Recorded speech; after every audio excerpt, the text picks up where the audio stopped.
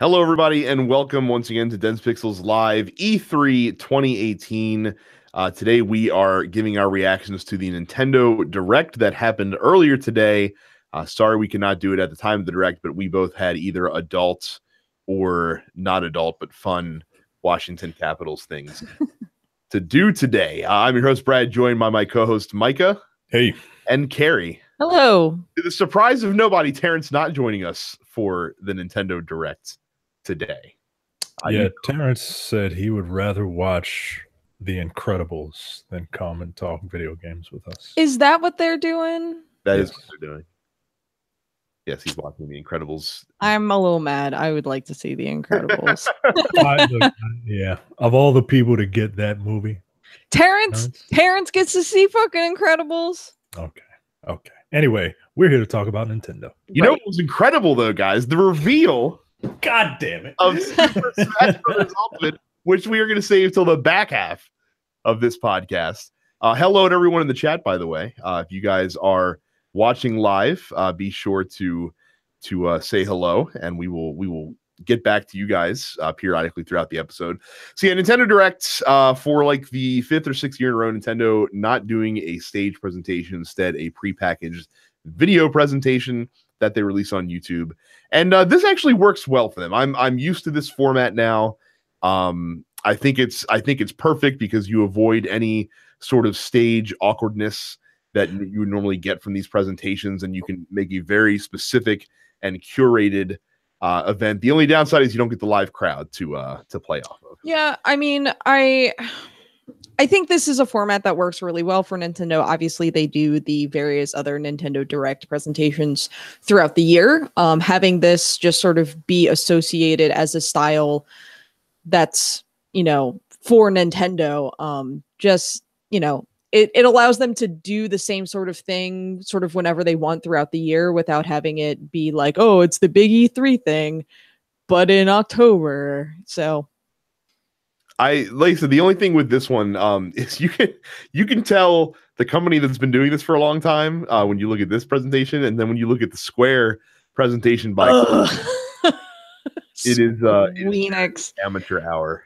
Yeah, like a guy just learned how to use Final Cut Pro for the first time, and that presentation, like, I know you guys are going to talk about it on Best of the Rest, which I am not going to be here for, but like the Squeenix presentation was almost as if like someone told a guy the night before, hey, we have a presentation tomorrow, and he had to like use Windows Movie Maker for the first time to string a bunch of trailers together. So, and look, as a guy who has to teach himself how to do all this video editing, I sympathize, but I'm not working for fucking Square, so that's a whole other thing. Keep an eye out for the Best of the Rest podcast episode that'll be coming to you probably alongside this. But let's start it off. They start with showing big robot guys fighting one another for like a minute and a half without any context. This is a game called Daemon X Machina. Not much information given other than this trailer, but I guess if you like robot dudes beating up other robot dudes, then I do like robot dudes beating up other robot dudes. I'm gonna need to see a little bit more as far as what this game actually is, but I thought the trailer looked neat. Yeah, it certainly was long. A little bit of a weird way to get that thing jump started. There's also a surprise. Is this a surprise, Carrie? A Xenoblade Chronicles 2 expansion that's coming out in August? I didn't play Xenoblade Chronicles 2 because I thought it looked like shit. It's been really polarizing. I think people either really like it or they're really not into it. And I didn't give a shit. But as far as I'm aware, Xenoblade had like a season pass. So this is just sort of like the next entry in the season pass for Xenoblade. So they jump around an awful lot, as Nintendo is wont to do. Every Pokeball Plus that is going to be sold is going to come with Mew captured inside of it already, that you can, I guess, then import into your Pokemon Let's Go Eevee or Let's Go Pikachu game. Yeah, so they only sort of like they really just like glanced over the Pokemon Let's Go games during this presentation. And I think they did that because they immediately after this E3 Direct wrapped up, they spent a ton of time doing hands-on gameplay with it at the Treehouse. So I think they just wanted to be like, hey, reminder, these are a thing that are happening. And then here's a quick little fun bonus if you get the Pokeball Plus. It's Mew. Neat. Yeah, actually, I do want to jump around a little bit with this. There was a big sizzle reel right in the middle of the presentation that you're like, we're conditioned when we see like a scissor reel coming to kind of look at it with one eye. Meanwhile, they showed off like 12 games in the sizzle reel, all of which are coming out this year, which included, by the way, Minecraft, Dragon Ball Fighters, Ark, Fallout Shelter, which is out now as it is. Yeah, it was basically like, it wasn't just like an indie sizzle, it was like the third party sizzle reel. And I thought it was an interesting sort of take. Part of me was like, man, it would be sort of neat if they spent like a little more time on each of these games. And then the other part of my brain is like, well, a lot of these are ports. So, you know, this is basically them just going like, hey, look at all these games you already really like. Now you can play them on the Switch on the go. Look, our chat right now, like Johnny apparently already pre-ordered Dragon Ball Fighters for Switch. He pulled in a mirror. He says pre-ordered a game that he plays on another console. Because I'm surprised they didn't make a bigger deal out of this. And by the way, my personal game that gets me most excited in that sizzle reel, fucking Carcassonne. I was about to say, as soon as they showed that, I immediately thought of you because I know you love Carcassonne. Yes. Not because of Carcassonne specifically, but just because if they start doing all the board game ports to the Switch, yo, give me that shit with the controller. So just because like I did my own sort of write-up that I had to do for work, games that were included in the sizzle reel, SNK Heroines, Tag Team Frenzy, Starlink, Battle for Atlas, Arena of Valor, Minecraft, Pixark, Just Dance 2019, Captain Toad Treasure Tracker, Crash Bandicoot Insane Trilogy, Ninjala, Carcassonne, FIFA 19, Ark Survival Evolved, Paladins, Fallout Shelter, Dark Souls Remastered, among others. Fucking didn't even talk about Dark Souls. Right. Paladins. What a weird trailer to just throw in the middle of your fucking presentation. I mean, a lot of these were games that we already knew that were coming. It was them just sort of being like, hey, casual reminder, look at all this cool shit hitting the system. What were you saying, Micah? You want core games? We got core games. We got core games out the ass. But we know what you really want. Like, it felt like an obligation, right? Like, it's just like, all right, here's Dragon Ball and Montpellier or whatever fucking French town this board game is named after. And here's Fallout Shelter. And here's Noah's Ark or whatever. Noah's Ark. We know what you really want. Speaking of indies, I gotta say, Overcooked 2 releasing August 7th. It looks like it's going to support up to 4 players. Hype. I love Overcooked. Glad this game is coming out, and smart of them to kind of use the Switch as their kind of front-facing platform, because this console was made for this game. So very, very cool that we're getting more Overcooked. Killer Queen Black. So this is a game that many of you guys have never heard of and never played, but apparently at cons, this game is like all the shit. Like this is like a multiplayer game. And forgive me because I don't know a lot about it, but I've heard it talked about on other podcasts. Apparently, you can't get to the cabinet when this game is at cons. Like there's like 50 people deep. People have their fucking quarters lined up like it's Street Fighter 2 and it's the arcades back when we were kids. Apparently, this game's fucking awesome, and it's coming to Nintendo Switch later this year with also 4v4 multiplayer. So keep an eye out for Killer Queen Black. Again, people say it's amazing, and so that's something to look forward to as well. And then fucking Hollow Knight coming out. It's available right now, actually, on the Nintendo Switch. This is a gorgeous 2D platformer, a Metroidvania-style game. So a Metroid-style game, as we like to say. Pixels. And that's available to purchase right now. So Nintendo, again, one thing that I think none of us really thought about before the Switch came out is how much that they would leverage independent games. And I think that's been arguably, aside from their first-party catalog, the Switch's biggest strength in the year and a half that it's been available so far. Absolutely. Also, God, boy does Nintendo love doing the, hey, do you like this game? Does this game look cool? You can get this game right now. Like right now, immediately.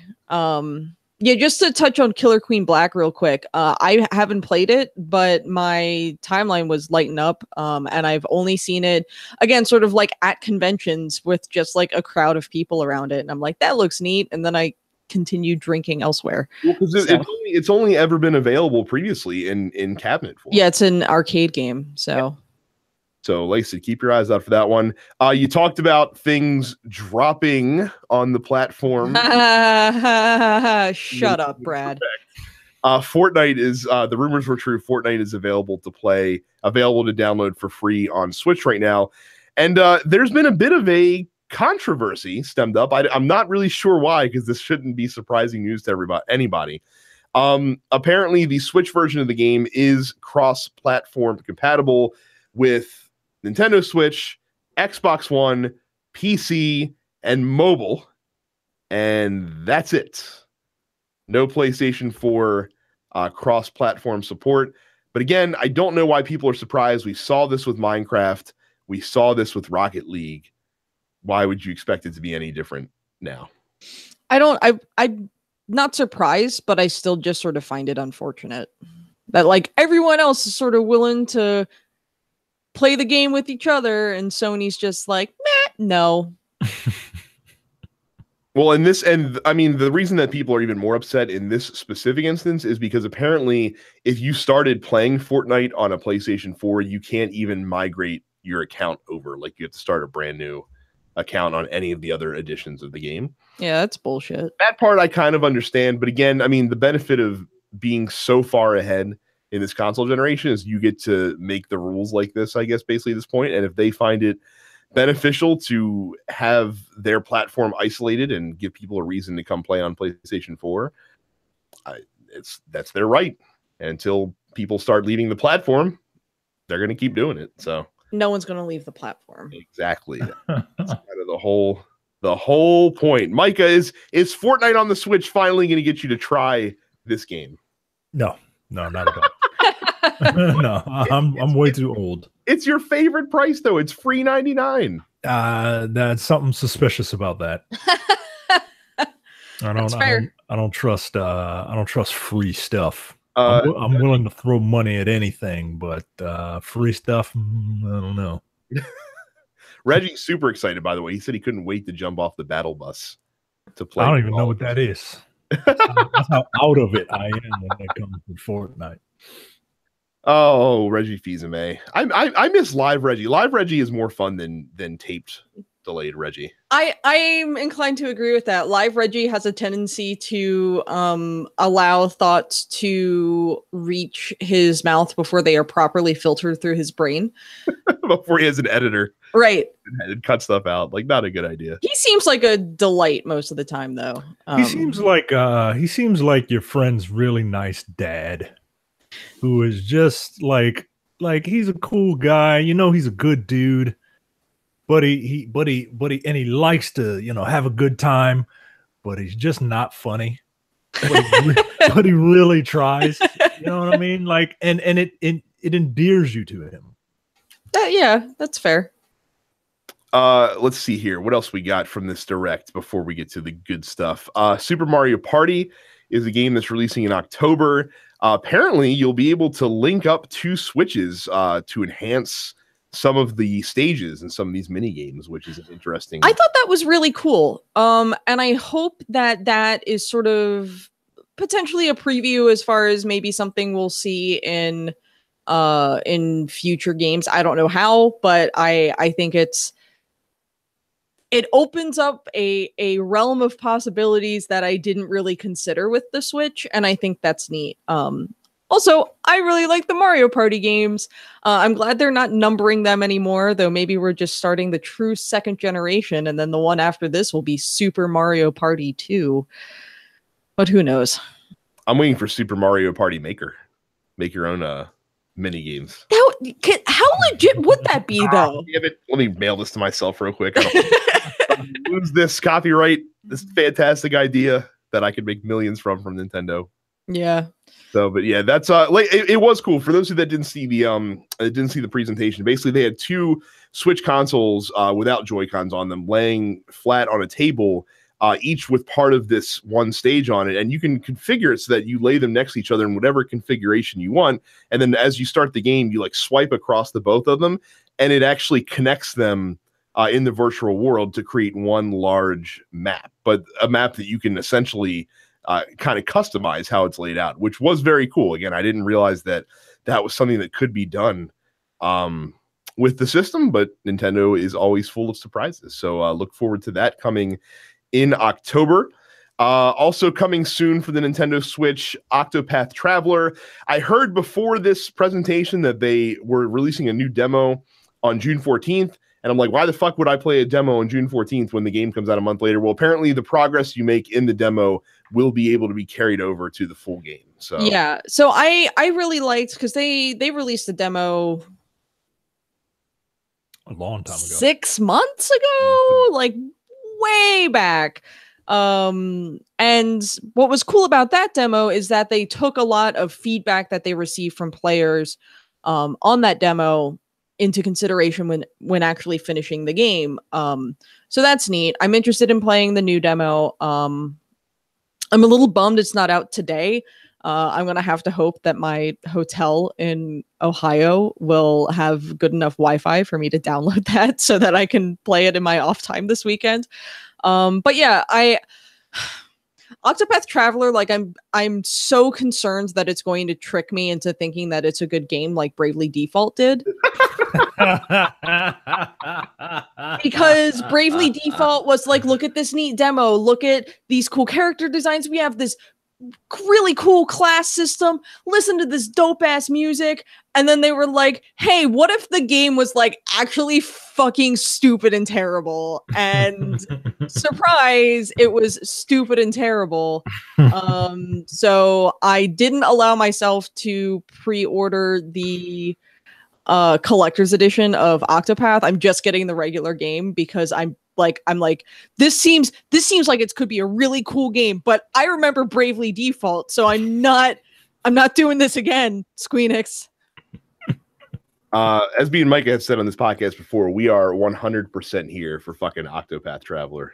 Yeah, absolutely. Classic looking RPG, exactly what I wanted from Square for quite some time.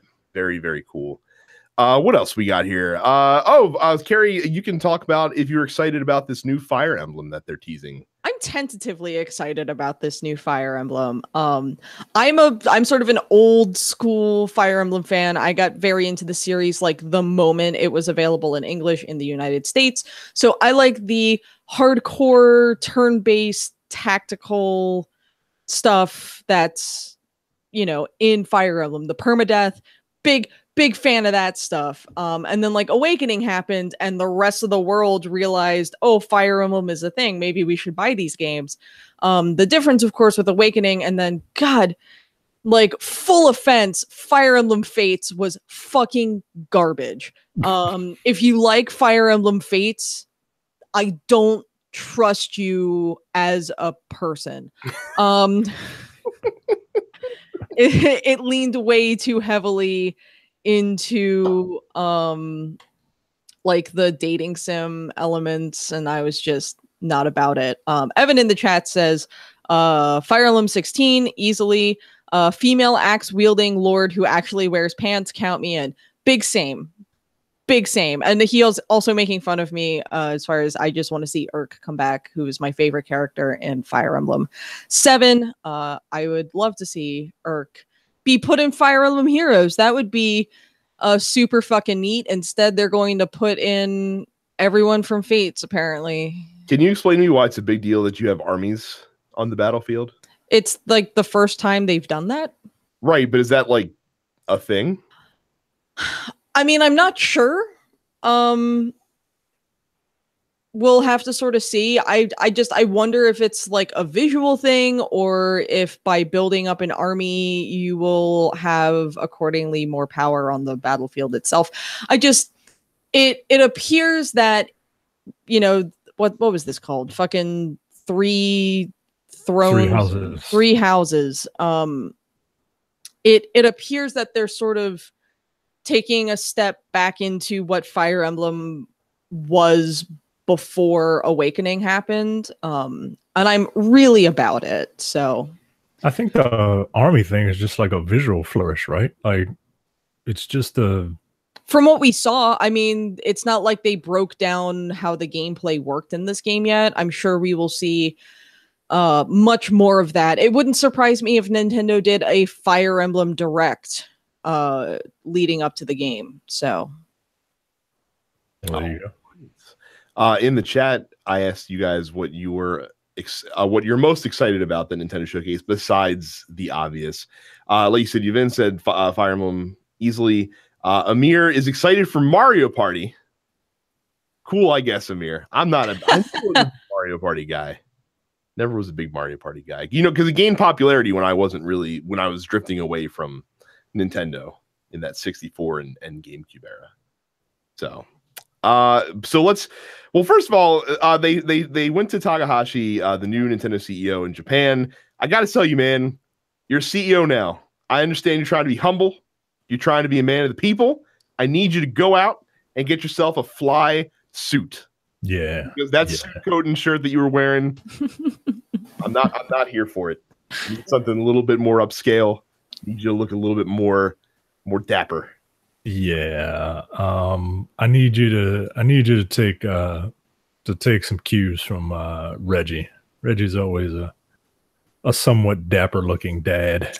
Yeah, and you know, or at least he buys suits that fits him. Thank you. At least get a suit that fits. That's it. Just a suit that fits. It took me like 30 seconds of watching him to remember. Oh, that's the guy that's the CEO now of the entire company. Yeah, your suit jacket shouldn't have like folds in it. It shouldn't be. You know what I mean? Yeah. Evan also says he is excited for the non-existent Animal Crossing that we'll never hear about until 2 months before release. No. A lot of people were like big mad that they did not announce a new Animal Crossing today. I mean, they have the iPad one right now. You know, campsite or whatever the fuck. Hey, my wife still dabbles back in that every now and then. Does she? She does. My son loves it. Okay. He enjoys watching her play because he can do stuff. So that's what he likes. All right, let us get talking about the reason that everyone is here today. Super Smash Brothers Ultimate. They revealed a couple of pretty major facts. First of all, every fighter that's been in every previous Smash Brothers game is going to be available to play in Super Smash Brothers Ultimate. That includes every single guest character, like Solid Snake, like Bayonetta, like Sonic the Hedgehog, Mega Man, Pac-Man, Ryu, Cloud. All those guys, they're all back. So the game, there as of right now, I do believe there's 65 announced fighters in the game, which is fucking batshit. That's ridiculous. That's bonkers. That is ridiculous. Also, I mean, worth noting is the fact that a lot of characters that maybe only appeared in either Melee or Brawl and were not in Smash 4 are now back. So that includes like Pichu and Ice Climbers. One of my college friends was at the Caps parade today. So fucking excited for Ice Climbers. And I'm just like, why? They're the Ice Climbers. Anyway. And apparently they're going, despite the fact that there's 65 and probably more down the road characters that are going to be in the game at launch, you're still only going to start with the original 10, as is the way. I think that's like, I'm fine with that, honestly. Well, according to is Sakurai? Yes, Masahiro Sakurai. According to him, the unlocks are going to be coming fast and furious in the game. So they found a fair way and a fun way to unlock new characters. 8 player battles are back. 2 new characters have been announced. Well, I mean, Ink Kids or fucking Ink Squids were. Yeah, the Inklings were part of the teaser announcement for it. But it was cool to see them actually shown off as far as how they play. So that was neat. Daisy back. I was this close to like wearing my Daisy shit for this presentation, but I'm honestly just like too worn out from the events of today to have bothered with that. But I was close. I'll be wearing her at Too Many Games now instead. So that's an. But apparently she was in Melee previously. I didn't realize that. No, she was not in Melee previously. Oh, she had a low number on the numbering chart. Yeah, well, so here's the deal is Daisy is what's referred to as an Echo Fighter, which means she's basically a reskin of Peach, but she'll play like a little bit differently. So that's why different attributes. So let's say Peach might have higher health than Daisy, but Daisy might have more speed or something like that. Yeah, exactly. So they're now counting Pit and Dark Pit, basically all of the like really obvious clone characters like Pit and Dark Pit and Marth and Lucina are now Echo Fighters of each other, in so much that their moveset is just remarkably similar, but they play like a skosh differently. But anyway, Daisy, my girl's finally in Smash. I'm so happy. They didn't give me Isaac, but they gave me Daisy, and I'll take it, Nintendo. Thank you. No Golden Sun 4, though. No, I will continue to suffer. They also debuted Ridley, of course, from Metroid as a playable character in a reasonable size, apparently. Yo, memes are dead. Fam, all of the old gaming memes are now dead. Ridley's in Smash, and they're making a brand new Battletoads. Like, yeah, what are people who think they're funny gonna do when they call GameStop to prank call and say, "You guys have Battletoads?" And then the person on the phone says, "Yes, we do." Yes, actually. now you have to buy it. That's right, dick. All amiibo are going to be compatible with the game. And they are also supporting the GameCube controller. And they're making a new one. Look, I understand people who think it's fucking stupid that they like will still support this goddamn controller. On the other hand, it's like their one sort of caveat to like the competitive scene where it's like everyone who plays comp for Smash Brothers uses that controller. So whatever, like, fine. I've got a few, so I have no room to talk as far as trying to dunk on people who use GameCube controllers. You know what? You want to get nuts? Let's get nuts. Give me Rob the Robot support for Super Smash Brothers. If you're gonna go supporting terrible ass controllers from yesteryear, fucking throw Rob the Robot support in there. He's in the game, for Christ's sake. Yeah. Use the marital aid that is the Nintendo 64 controller. Why not? Yeah, but those will actually be floating. That's unacceptable. When that mini N64 comes out. Yeah. I just let it go. Let it go.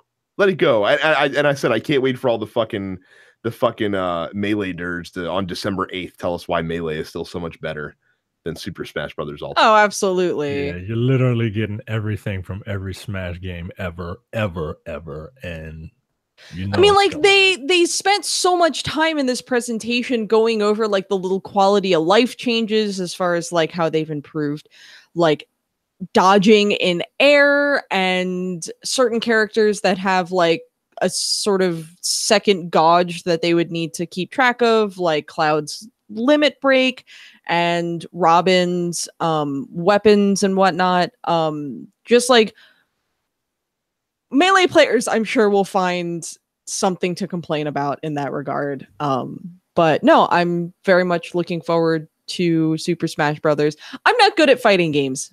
Guys, I gotta tell you, I am not good at fighters, but I enjoy Smash a lot, so. Hey, I mean, that's the beauty with Smash. Like, you can just have fun with it, but there is a game like that is deep down like I mean, it's a full on, like, it's got its own section at Evo. You know what I mean? Like, it is a straight up real deal fighting game, and like they went over some of the mechanics, like the dodging, like you said. Yeah, you can do multiple dodges, but every time you dodge, the window of opportunity for you to take damage increases, so you can't just dodge and not be penalized for it. And they have essentially a parry system in the game. Like they have and then they have their own set of specific Smash rules that they've just kind of altered to make this game even more competitive. Like, this is a serious ass game, man. And I haven't played a Smash Brothers in a long time, and I too am not good at fighting games, but this looks like a lot of fucking fun, man. Right. Now, let me ask you guys this. Are you disappointed? It seems quite apparent that they are using the same engine that Super Smash Brothers on the Wii U used. So they're not making a full-fledged from the ground up new game. This is kind of like it is a step beyond the Mario Kart Deluxe. It's in the Splatoon 2 camp, basically. It is a Splatoon 2 to the original Smash Brothers, Splatoon. So you disappointed that we're not getting a whole brand new from whole cloth Smash Brothers game, or are you fine with the fact that we're basically getting a tuned up and upgraded version of Wii U Smash Brothers? I think that's fine. Given the amount of changes again that they made to the gameplay, the roster updates, the stage updates, the sheer amount of additional content. Yeah, I'm fine with it. And I'm looking forward to being able to play it on a handheld system that is not the 3DS. Yeah, I mean, Smash isn't my game, so I'm just looking to have fun. And like I said, I haven't played it in a long time, so I don't remember. It'll be new to you because it is upgraded for Brawl, that's for sure. So. Okay, hold on. Evan is saying that they are using the Unreal Engine. So it is a new engine, but they're keeping the same mechanics of the Wii U version with the updates. Okay. So there you go.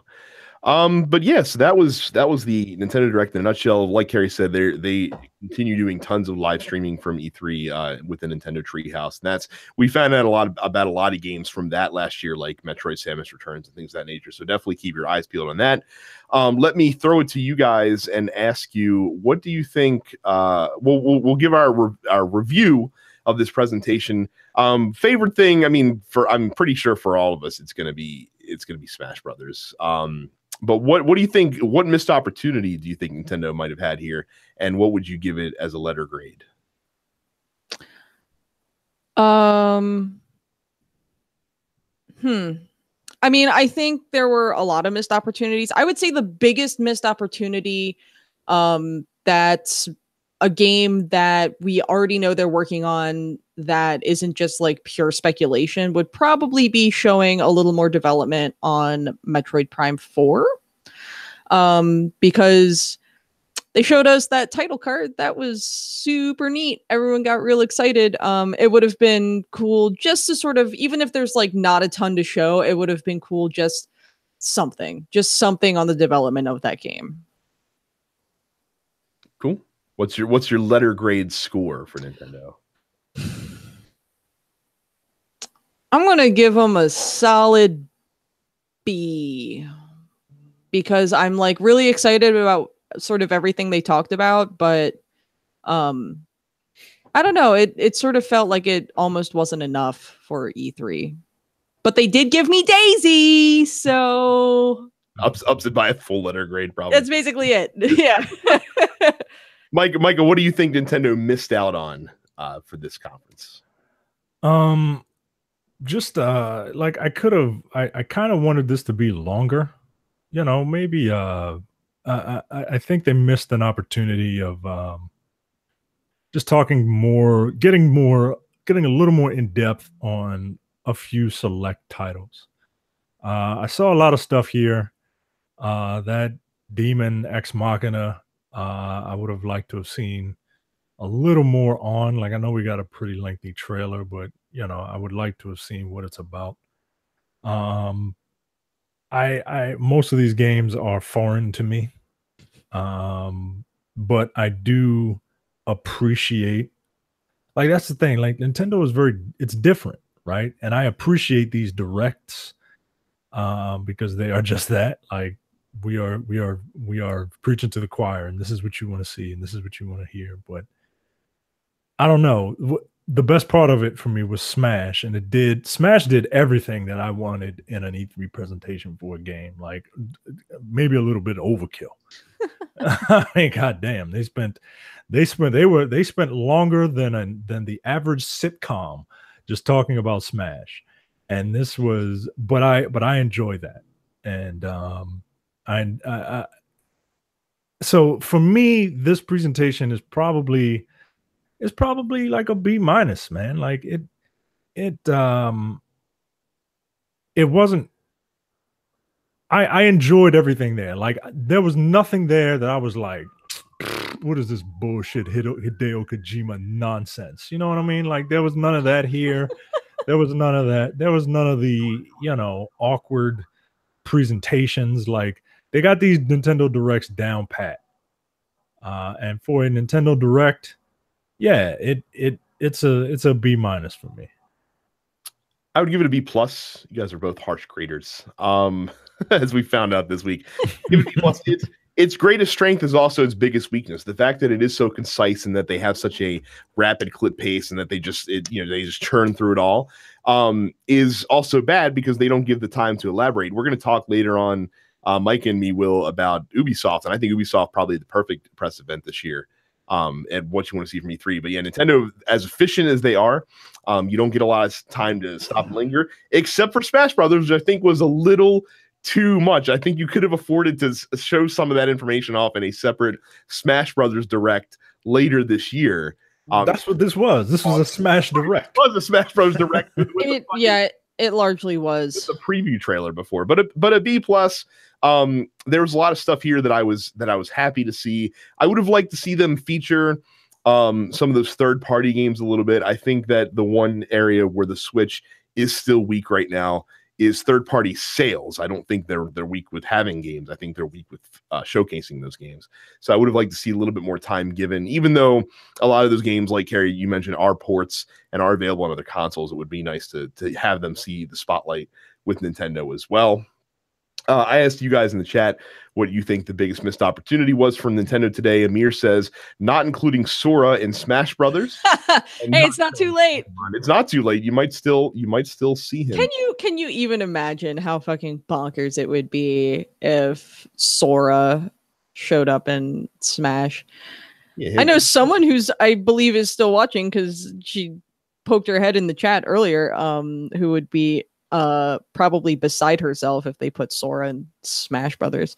Also, again, on the Pokemon, they talked a lot about it after the like main presentation. So right, but that also got a Nintendo Direct. Yeah, but yeah, I people would be happy if Sora's in there smashing people in the head with his fucking key pole.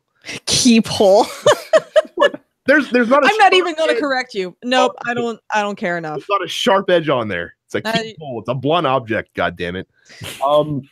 Johnny says, no F-Zero or Star Fox, kinda, even though that was heavily implied recently. Yeah, that supposed retro games leak didn't really bear any fruit yet that I've seen. Yeah. So there you go. EB Gamer says, would have liked to see the 2019 Pokemon RPG and a new Star Fox game. Yeah, I don't think you seeing anything about that Pokemon RPG until Let's Go Pikachu and Let's Go Eevee. Yeah, I mean, I think the 2019 Pokemon game probably isn't even going to be announced in full until this time next year for like a holiday release. So just take solace in the fact that they are developing another like core series Pokemon RPG. Yep. And that it's on the way eventually. But cool. But yeah, so that was Nintendo for the Direct. Again, they'll have a lot more announcements over the course of the week that you should stay tuned to. But that is it for us. If you guys have not been following our other stuff, we've already done reviews for Microsoft. We've done reviews for Sony. We're going to have a review up for Ubisoft EA. Square, and Bethesda as well. So check your podcast feed for that. Go to youtube.com/densepixels. You can watch them there as well. We compiled everything into a nice, handy E3 2018 playlist. So if you missed any of our coverage this week, definitely swing back, check it out. It's a pretty good time had by all. Thank you guys very much in the chat for hanging out with us tonight. And thank you guys very much for watching this. And we will see you for more from E3 2018. Take it easy. Thanks, guys. All right.